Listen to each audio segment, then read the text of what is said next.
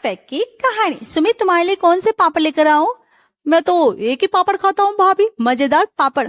Okay okay, सही याद दिलाया, मजेदार पापड़। ये नाम ना हर बार मेरे दिमाग से स्लिप हो जाता है, मैं लिख लेती हूँ। वरना क्या होता है कि शॉपिंग करते वक्त इतनी चीजों में कुछ ना कुछ छूट ही जाता है। दीदी के लिए आलू भुजिया के पैकेट, पापा जी के लिए मीठा मिक्सर, ऑलमोस्ट सब कुछ लिख लिया मैंने। तुम घर का ख्याल रखना सुमित, घर पे कोई नहीं है, मैं सुपरमार्केट होकर आती हूँ, फिर सक्षम को स्कूल से लेकर भी आना है, बहुत काम है आज। ये लिस्ट वाली चीजें ही तो लानी होगी ना भाभी, मुझे दे दो, मैं लेकर आ जाता हूँ, आप रहो घर पर, आराम से आराम करो।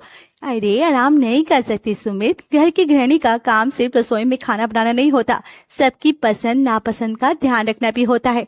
तुम्हें ब्रांड का नाम तो पता है, पर उसमें अलग अलग तरह के वेरिएशंस भी आते हैं। जैसे कि एक बार दुकान वाले ने मजेदार पापड़ के पैकेट ग्रीन की जगह ब्लू कलर की दे दी थी, सक्षम को भी पसंद नहीं आया और तुमने भी वो खाई नहीं। आखिर में मुझे वो काम वाली को देकर ही सुलटाना पड़ा था। हाँ, इसलिए मेरा जाना बहुत जरूरी है, समझे? बाप रे बाप भाभी, इसमें तो बड़ी मैथ्स लगानी पड़ती है, इससे तो अच्छा मेरा ऑफिस का काम ही है। ठीक है, मैं यही हूँ, आप जाइए मार्केट, सक्षम को मैं लेकर आ जाऊंगा स्कूल से। और प्रिया सुपरमार्केट जाकर अपने ससुराल वालों के लिए देखकर चुनकर उनके पसंद के स्नैक्स खरीदती है। एक्स्ट्रा स्नैक्स का तो हो गया, अब रात के लिए सब्जी भी लेकर आती हूँ। और मैम साहब, ये सब्जियां यहीं से क्यों नहीं ले लेती आप? हमारे पास तो सब्जी मार्केट से भी अच्छी सी वैरायटी की सब्जी रहती है। अब जैसे देखिए ये ब्रोकली, ये आपको सब्जी मार्केट में कहीं पर नहीं मिलेगी। ये स्प्रिंग ऑनियंस, आप तो ऐसे कह रहे हैं जैसे मैं कुछ जानती ही नहीं हूँ। सब्जी मार्केट में सब्जियां बेचने वाले लोग भले ही गरीब होते हैं, पर वो जो लोग सब्जियां देते हैं ना, ताजा देते हैं, एकदम खेतों से तोड़ कर देते हैं, ताजी ताजी होती हैं। वो लोग आपकी सुपर मार्केट में सब्जियां कहाँ से आती हैं? सब्जी मार्केट से ही ना। उन्हीं सब्जी को टैग लगाकर आप यहाँ बेच देते हो। अपना स्टैंडर्ड दिखाने के चक्कर में लोग यहाँ पर डबल दाम देकर सब्जियां लेकर जाते हैं। मुझे भाई अपने घर का बजट भी देखना है, ठीक है? मुझे उल्लू बनाने की कोशिश मत करो। और हाँ, मुश्किल से 1200 का सामान मैंने लिया है आपसे, इसे देंगे? हाँ, 3 कैरी बैग भी, उसके भी आप मेरे से 15 रुपए ले लेंगे कम से कम, कि नहीं? और सब्जी मंडी वाले सब्जी की थैली के पैसे नहीं लेते। हम तो कैरी बैग दूं कि नहीं? बिल्कुल भी नहीं, वो तो आपके यहाँ सेल थी, इसलिए मैं यहाँ शॉपिंग करने आ गई हूँ, वरना राशन की छोटी दुकान मेरे लिए काफी होती है। मैं अपनी थैली लेकर आई हूँ, उसी में सारा सामान डाल दीजिए। ये कहकर राशन का सामान लेकर प्रिया अपनी स्कूटी में रख देती है और फिर निकलती है सब्जी मंडी के लिए। शिमला मिर्च 2 रुपए किलो, शिमला मिर्च 2 रुपए किलो। दो दो बोलकर बुलाता है सबको, और जब दाम पूछो जाकर तो 200 बताता है। इसका रोज का यही हाल है। मैं तो मोहन से ही सब्जी लूंगी। और भाभी, किसे ढूंढ रही हो? मोहन आज सब्जी बेचने नहीं आएगा, उससे ले लीजिए सब्जी, अच्छे रेट में लगा दूंगा। मुझे सिर्फ दाम का नहीं, सब्जियां भी अच्छी चाहिए, ठीक है? बच्चा समझ रखा है क्या तुमने?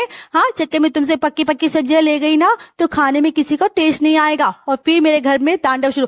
अरे दीदी, आप तो इस मार्केट की पुरानी खिलाड़ियां, आपको कैसे ठग लूंगा मैं? चेक कर लीजिए, सारी सब्जियां ताजी हैं और खेतों के तोड़ लेकर आया हूँ मैं, बिल्कुल तोड़ तोड़ के।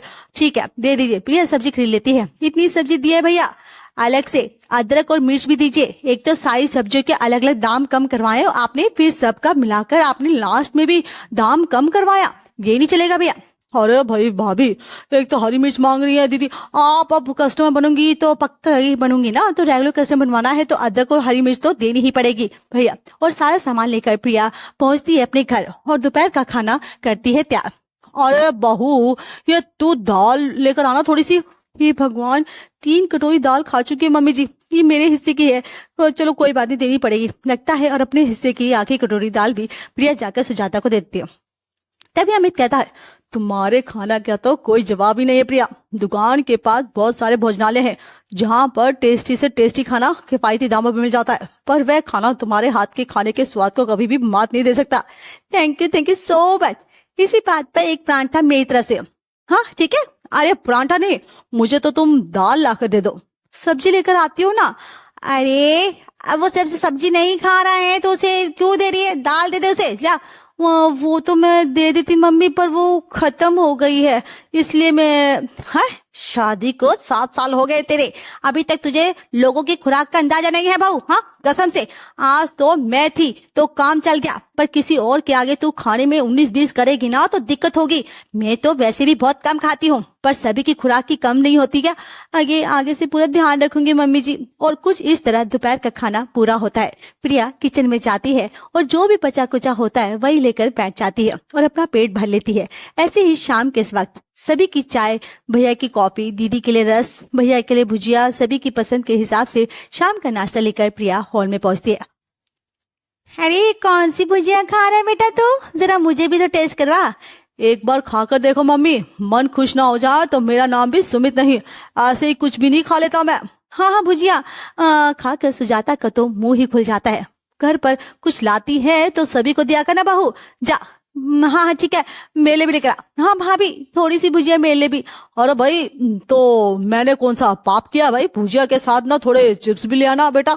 हाँ सही याद दिलाए पापा जी। आज जी ना मैं आलू की चिप्स भी लेकर आई थी, अभी लेकर आती हूँ। अच्छे खासे खाने के बाद अच्छा खासा नाश्ता और फिर रात का खाना। रात के खाने के वक्त, बहू शाम में तूने अपने पापा जी को जो चिप्स दिया था ना, और चिप्स लेकर आना जरा। हाँ भाभी, मिक्सर और पापड़ मेले भी।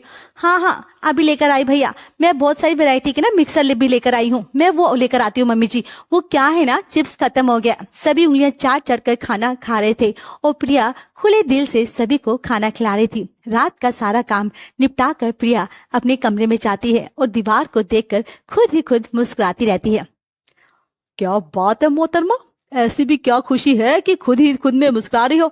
सभी को उनके मन का खाना खिलाकर जो दिल को सुकून मिलता है ना, वो सुकून में कैसे कितना मजा आता है ना, बता नहीं सकती। कितनी अच्छी तरह से डिनर कर रहे थे सब, वही सोचकर मुस्कुरा रही थी। ऐसा देखकर कितना सुकून मिलता है ना कि कोई बहू ऐसी भी है जो अपने ससुराल वालों को खाना खिलाकर ही खुश हो रही थी। पर प्रिया की खुशी ज्यादा दिन तक टिकने वाली नहीं थी। अगली ही सुबह विनोद सुजाता से नारंगी का शरबत बनाने को कहता।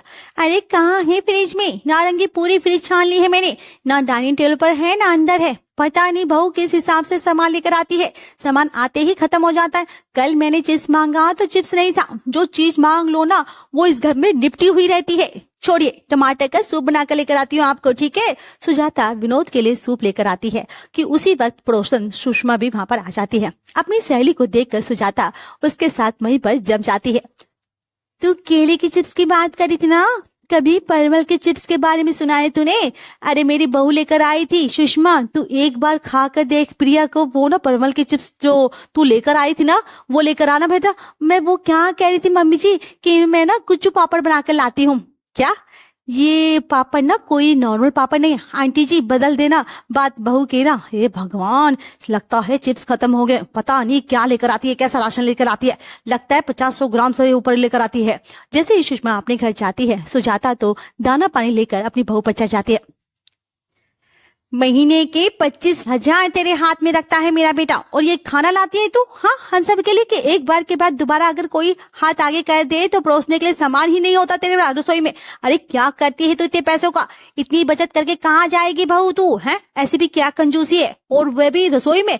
अरे रसोई अन्नपूर्णा होती है जो भरी रहनी चाहिए, पर तूने तो कंजूसी की हद ही पार कर दी है। अरे रहने दे बहू, कोई जरूरत नहीं है ऐसी रसोई संभालने की।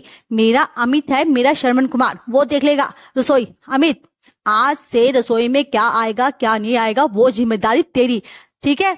हाँ मम्मी, तुम तो जानती हो तुम्हारी बात में काटता नहीं। अगर तुम्हें अब सही प्रूव करने की बात है तो प्रिया जितने पैसे में घर चलाती है ना, उसके आधे दाम में रसोई चलाकर दिखाऊंगा मैं। प्रिया के मन को जानना वाला अमित अपनी माँ की साइड लेकर खड़ा हो जाता है और रसोई के राशन का कार्यभार संभाल लेता है। दुकान जाने के 1 घंटा पहले अमित सब्जियां खरीदने सब्जी मंडी जाता है।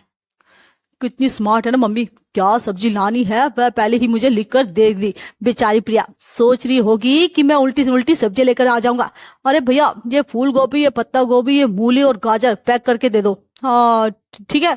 हाँ कितने कितने दो भैया, बताइए जरा। अरे ये तो मम्मी ने बताया नहीं कि कौन सी सब्जी कितनी लेनी है। हाँ ठीक है 2-2 किलो दे दो भैया सारी। और सब्जियां 2-2 किलो लाकर अमित रसोई में रख देता है और प्रिया बनाती है पत्ता गोभी की सब्जी और गाजर की सूखी सब्जी और सभी को परोस जाती है नाश्ता। ये कैसी सब्जी है भाई? हाँ, दांत में कच कच कच बज रही है। लगता है तूने सब्जी सही से पकाई नहीं। इससे ज्यादा सब्जी पकाई भी नहीं जा सकती पापा जी।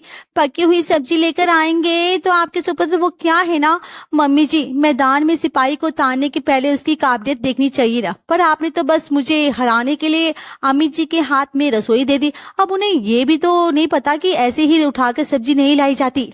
अरे कल रात को ही आपको बुखार सा लग रहा था ना, आपको मुंह खराब है, कोई कचकच नहीं कर रही है, सब्जी एक नंबर लाया है मेरा बेटा। भाभी जरा चिप्स दो लाना किचन में। तो चिप्स नहीं है क्योंकि मैं कम राशन लेकर आती हूँ ना। तो अब जब आपका प्यारा भाई चिप्स लेकर आएगा ना आप सबको, तभी चिप्स मिल पाएगा। तू जा बेटा, अच्छे से 2 किलो चिप्स लेकर आना ताकि सभी के खाने के लिए हो जाए। इसे भी तब पता चले कि खाने के मामले में हम लोग हाथ नहीं कसते। वैसे आटा चावल भी खत्म होने वाला है, ये वो भी लेकर आइएगा। आपकी मदद के लिए मैं ना लिख कर दे देती हूँ कि क्या क्या खत्म है रसोई में। प्रिया राशन के बारे में अपने पति को लिख कर दे देती है। लिस्ट उठाकर अमित दुकान वाले को थमा देता है और बाहर खड़े होकर फोन पर बातें करने लगता है। अब खरीदने वाला जब खुद ही अटेंशन ना दे रहा हो तो दुकान वाला तो ठगी करेगा ही। राशन दुकान वाला अपने हिसाब से चावल, आटा, दाल और मसाले पैक कर देता है। आप कब तक क्या खड़े रहेंगे भैया? आप जाइए, मैं अपने आदमी से ना डायरेक्ट आपके घर पर ही राशन भिजवा दूंगा। बताइए, ये भी फैसिलिटी होती है? प्रिया बेकार में ही घर में बवाल मचाती रहती है अपने काम को लेकर। और अमित की राशन का बनता है डिनर। ये रोटी इतनी अजीब सी क्यों लग रही है भाभी? मेरे तो गले के नीचे भी नहीं उतर रही है। भाभी मुझे पापड़ ही ला कर दे दो, वो पापड़ ही खा लूंगा।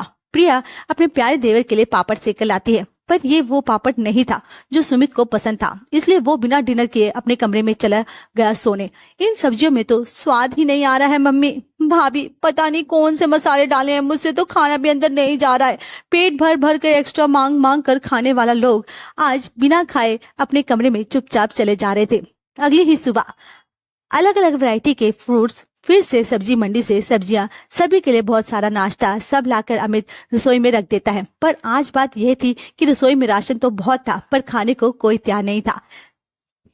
ए राम, कितने मोटे चावल है ये, और उसमें तो कंकर भी है। मेरा तो दांत गया। सुजाता, ऐसे कैसे कंकर आ गया? हाँ पापा जी, मैंने दुकान वाले को बोला था अपने हिसाब से पेस्ट चावल पूरा देना कि उसने चावल ही है, पर ये क्या फर्क पड़ता है पापा जी? चावल में कंकड़ हो या कंकड़ में चावल, रसोई हमेशा भरी रहनी चाहिए ना, जैसे कि भरी हुई है। क्योंकि कल रात भी किसी ने खाना नहीं खाया था तो बचा हुआ खाना फ्रिज में है।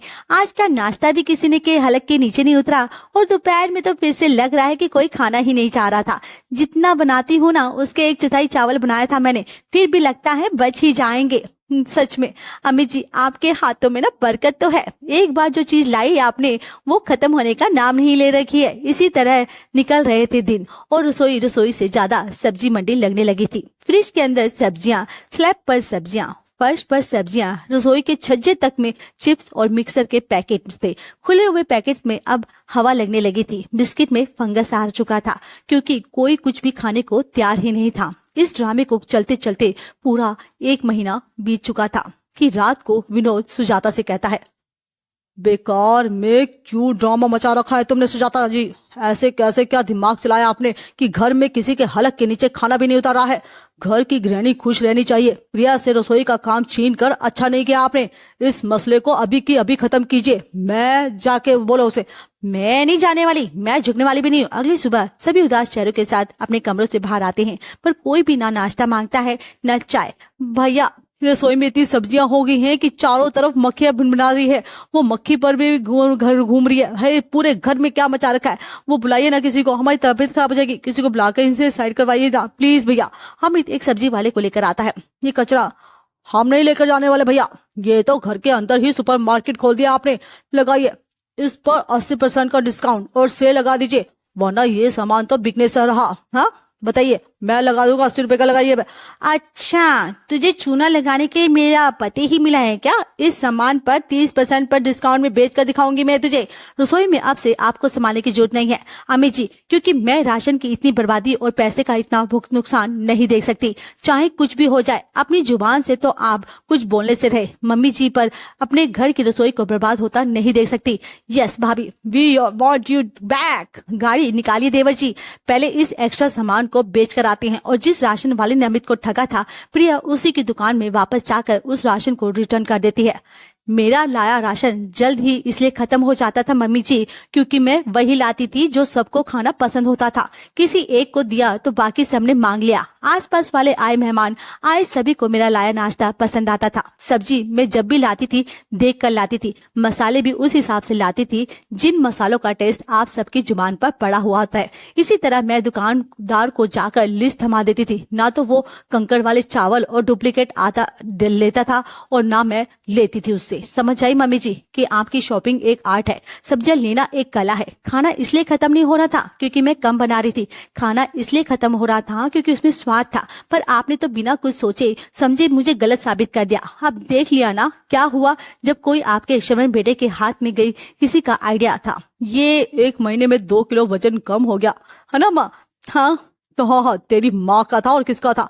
हाँ तो तुझे क्या दूंगी ना, अपने हाथ से रसोई छोड़ दे। तो तू छोड़ देगी क्या? ऐसे ही तो कभी मेरी सुनती नहीं। और यहाँ चली थी मुझे वक्त सिखाने, है ना? 25,000 में चलाती थी ना तू। और रसोई अमित ने 35,000 लिए मुझसे, पूरे 10,000 तो खुद के पैसे दिए मैंने उसे। अगले महीने बजट में एडजस्ट करके मुझे ना 10,000 दे देना बहू। कहते हैं ना देर आए दुरुस्त आए। वापस से प्रिया की रसोई उसके हाथ में चली जाती है और उसका किचन जो सब्जी मार्केट बन चुका था वो फिर से गृहिणी की रसोई बन जाता है और सभी खुश हो जाते। अगर हमारी वीडियो आपको पसंद आए तो हमारे चैनल बस वेब को सब्सक्राइब करें, लाइक, शेयर और कमेंट्स करना ना भूलें। Thanks for watching.